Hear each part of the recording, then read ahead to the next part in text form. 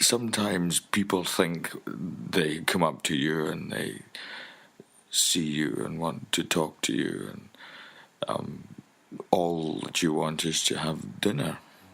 You've chosen a place for that night to eat, and they can often be quite intrusive, walk up, and New Zealand would have to be the best place for non-intrusive people. I abhor Los Angeles, New York, London. Those places can be terrible for people who wander up and think that they have the right to take your time.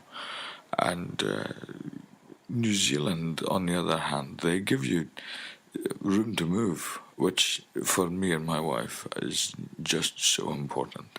So, did you have any particular criteria for a new place you wanted to obviously have time to write and do the things that you do? You sort out movie deals and things coming up. Anything in New Zealand? I mean, I heard you almost became Gandalf there. Would you work with Peter Jackson again? I mean, not again. You never have, but that'd be kind of fun. I mean, the whole world got a bit excited, even though it became Sir Ian McKinney. Yeah, sure. He's a fantastic film director. I've enjoyed his stuff, and he really knows what makes a good film. If he wanted me to be in his film and I suited the role, sure. I'd have no problem with acting with good directors. The ones that I don't like, I don't work with again. He is just, he's good.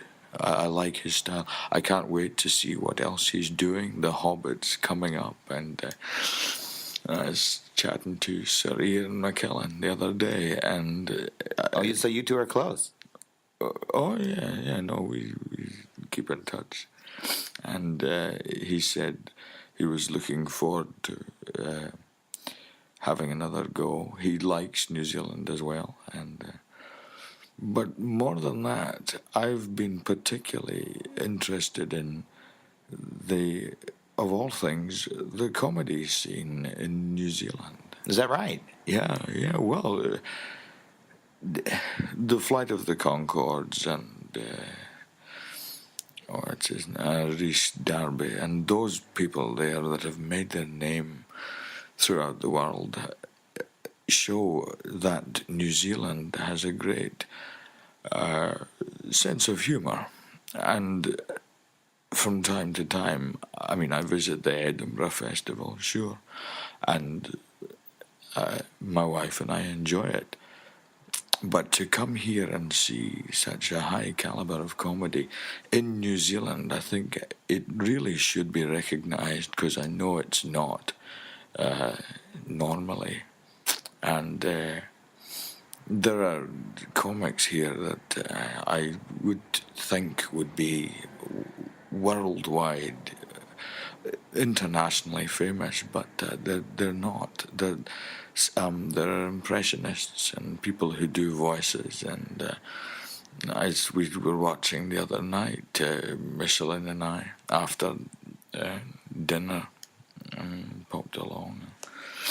Again, the people left us alone in the club, which was good, and we were able to see this. And up on stage popped this young blonde fellow who proceeded to tell the crowd that he could do voices, which I thought, remains to be seen. And he went on to do me, and I don't think he realised that I was even in the room. My wife was laughing, and when she smiles, I smile, so yeah. And he didn't do a bad job, but not such a bad... I mean, I don't know what I sound. Everyone sounds different. I've heard myself plenty of times, but... no, but my wife's reaction, I'm guessing that he did it quite well. Young Simon McKinney was his name. But but there are loads of others, and not just impressionists. the comedy scene in New Zealand needs to be properly acknowledged throughout the world. Acting is an art form, painting is an art form, filmmaking, all of that is an art form, but comedy is the most important art form, really, for getting a message through.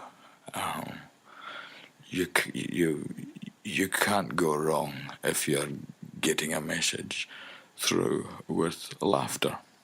I've used it when I can. I'm not a funny man, but from time to time, that is important. And New Zealand has proven itself to be right up there with the rest of the world when it comes to comedy. Well, thank you very much, Mr. Connery. I appreciate your time put aside here, and I wish you all the best for your stay in New Zealand. Yeah, well, thank you.